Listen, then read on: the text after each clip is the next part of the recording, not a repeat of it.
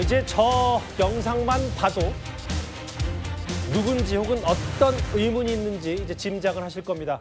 갯벌에 고립된 70대 중국인을 구하려다가 이 순직한 고 이재석 경사건, 이제 단순한 사고를 넘어서서 하나의 은폐 사건, 은폐 의혹 사건으로 넘어간 것 같습니다. 서장이 영웅 만들기에 입을 다물라 했다, 혹은 팀장이 비상벨을 안 눌렀다, 각종 폭로들이 쏟아지고 있습니다.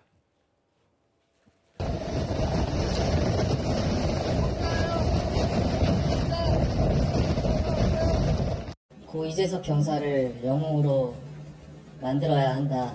그렇기 때문에 너희들이 흠집을 내서는 안 된다. 사실만을 얘기해도 고 이재석 경사는 영웅이 틀림없습니다. 흠집이 나기 싫었던 것은 인천의 항경찰 서장 그리고 영업본치 소장이 본인들에게 흠집이 나기 싫었던 게 아닌가 되묻고 싶습니다. 어제 이재석 경사의 동료 4명이 이재석 경사 연결식 날 폭로 기자회견을 자청해서 여러 가지 얘기를 했었는데, 일단 그 전에요, 그 허주원 변호사님, 오늘 유족이 한 라디오 인터뷰에서 뭐라 그랬냐면 동료들이 지금 질타와 악플에 시달리고 있다. 폭로 불이익 없게 윗선에서 약속했는데 사의라니. 어제 저녁에 해경청장이 사의를 표명했고 유족 입장에서는 당황스럽다라는 얘기를 하고 있어요. 그렇습니다. 사표가 즉시 수리되지는 못할 상황이기는 하지만, 그렇다 하더라도 유족 측 입장에서는 계속해서 이 사건이 점입 가경이다, 이거 어떻게 해야 되나라는 생각을 할 수밖에 없는 상황이 이어지고 있는 듯 보입니다. 왜냐하면 지금 왜 2인 1조로 같이 출동하지 않았냐라는 의문이 가장 먼저 터져 나왔어요. 거기에 대해서 그때 당시 파출소에 휴게 시간을 부여받았던 그 동료들이 자신의 직을 걸고 폭로를 했습니다. 그때 당시에 팀장이 이재석 경사와 출동 직후에 통화를 했습니다. 무전 교신을 했는데 그때 이재석 경사가 추가 인원이 필요할 것 같다는 요청을 분명히 했음에도 불구하고 팀장이 이를 상황실에 보고를 하는 데까지 30분이 넘는 공백이 있었다는 거예요. 그래서 이때 동료들은 이재석 경사가 그렇게 위험에 처해 있는 줄조차도 모르고 있었다라는 얘기가 나온 겁니다. 이걸 유족들과 먼저 교감을 해서 얘기를 한 다음에 폭로까지 이어진 상황으로 보이는데, 그때 당시 지금 유족 측에서 한 언론과 인터뷰를 한 내용에 따르면 이 동료들도 경찰관이잖아요. 그렇다고 하면은 공무직에 있는 사람들이고 상명하복이 굉장히 뚜렷한 조직의 일원이기 때문에 이런 부분에 있어서 얘기를 폭로를 바로 한다는 게 상당한 부담감으로 작용할 수밖에 없었을 겁니다. 그런데 그때 당시 해경청장이 이런 폭로한다고 해서 불이익 주지 않을 것이다, 있는 그대로 철저하게 수사를 하고 진상조사하는 데 적극적으로 협조하겠다라고 약속을 했기 때문에 그걸 믿고 유족 측과 함께 교감한 다음에 이 동료들이 폭로를 했다는 거예요. 그런데 지금 청장이 사의를 갑작스럽게 표명한 상황이 되어버리니까 유족 측 입장에서는 아이를 잃은 것도 너무나 가슴이 아픈데 그 아이를 지켜주기 위해서 뭔가 내부적으로 문제가 있었다는 것을 폭로한 동료 경찰관들마저도 불이익을 입는 것이 아니냐, 이런 우려에 직면하고 있는 상황이라는 생각 듭니다. 서장이 이재석 경사 영웅 만들기 위해서 입 다물려고 했다, 함구령을 강화했다, 이런 논란 짓이 말고도 사실은 그날, 그 문제 그날 여러 얘기들, 증언들이 좀 뒤늦게 쏟아졌습니다. 그 기훈배 팀장님. 이렇게 이재석 경사가 구명조끼 벗어주고 무전 쳐서 연락하고 사투 중일 때 인천해양경찰서장 상황실장 얘기, 구조선 출동 등 상황 전개할까요? 라고 영웅파출소 당직팀장에게 묻습니다. 그렇게까지 할 사항은 아닙니다. 정말 그렇게까지 할 사항은 아니었습니까?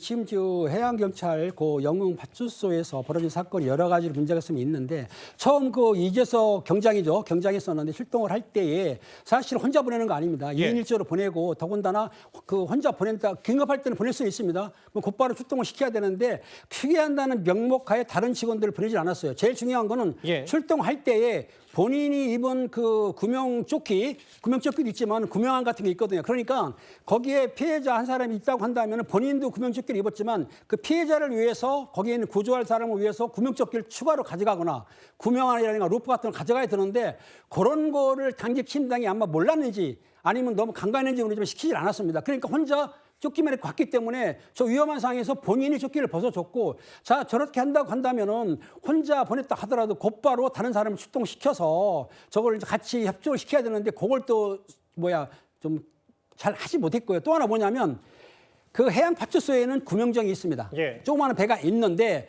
물론 그 구명정 같은 경우에는 그 물속 깊이가 1m 70 이상은 돼야 돼요. 예. 왜냐하면 갯벌이기 때문에 그렇다 한다면은 저 연락이 왔을 때 허리까지 찼다 할 경우에는 일단 띄워야 됩니다. 그런데 아마 순찰 그 담당 팀장 입장에서 볼 때는 괜찮겠지 이런 마음을 해가지고 보고 조치라도 안 했지만은 저 상황실장이 구조선을 띄울 거야. 그럼 당연히 띄워야죠. 그렇죠. 이건 그런데 그렇게까지 할 상황 아니다. 아니 저 팀장 정도라면 10년이나 20년 했기 때문에 예. 엄청난 고참이기 때문에 다 알 텐데 왜냐하면 그 이재석 경사가 됐지만 그분 예. 같은 경우에는 제가 알기로는 2021년도에 들어왔기 때문에 4년밖에 근무를 안 했어요. 그러니까 정확히 모를 수 있는데 그렇다고 한다면은 올해 근무한 사람이 모든 장비를 갖추고 추가로 파견해야 되는데 예. 그렇게 안 했다. 이러기 때문에 지금 아마 담당 경찰서에서 감찰팀에서 조사를 하겠지만은 대통령이 그렇지 않습니까?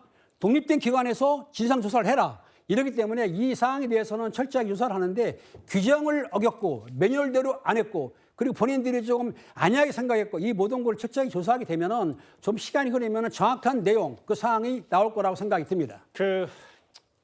그렇게까지 할 사항이 아니라고 했는데 그렇게까지 할 상황이었죠. 그게 물론 결과론이라고 하더라도 규정을 많이 어겼고 2인 1조로 나갔어야 되는데 이재석 경자 홀로 가서 구명조끼도 70대 중국인 남성에게 벗어줬다.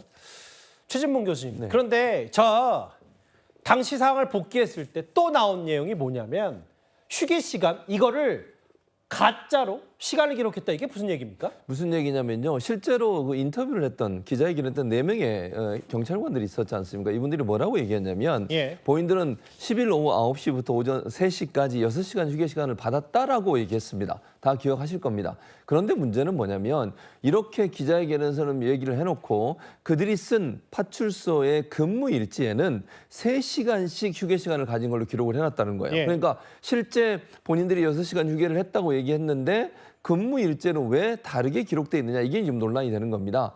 이렇게 기록한 이유를 추측해 보건대 해양경찰청 훈령 파출소 및 출장소 운영 규칙에 보면 3교대 근무와 관련해서 근무 시간 8시간당 1시간 휴게를 할 수 있고요. 예. 야간 3시간은 휴게가 가능하다고 돼 있어요. 그러니까 3시간 이상을 하면 안 되게 돼 있는 거죠, 규정을. 즉 본인들이 6시간 휴게 시간을 받았다는 것은 규정에 어긋난 행동입니다. 그걸 감추기 위해서 일부러 근무 일지에 3명씩 조를 나누어서 3시간씩 휴게를 한 것처럼 만들어놨다는 거죠. 이것도 철저히 조사가 이루어져야 한다. 왜 규정을 지키지 않았는지 예. 이 부분이 문제가 되고 있고요. 또 하나의 문제는 뭐냐면 해경청 훈령에는 순찰자가 출동을 하려면 2명이 반드시 탑승해야 되고 그렇죠. 불가피한 상황만 갈 수 있다고 돼 있어요. 예. 2명이 탑승 안 한 것도 훈령에 어긋나는 행동입니다. 이런 불법적 행동에 대해서 규정을 위반한 행동에 대한 조사가 반드시 이루어져야 될 것으로 보여집니다. 해양경찰청장이 이제 사의를 표명했지만 지금 수뇌부가 그만둔다고 다 해결될 문제는 아니니까 명명백백하게 유족들의 목소리처럼 그날 당일에 어떤 의혹이 있었고 뭘 안 지켜졌는지를 제대로 밝혀내야 될 것 같습니다. 그게 고인이 된 이재석 경사를 아주 조금이나마 위하는 일이 아닐까 싶습니다. 7위였습니다.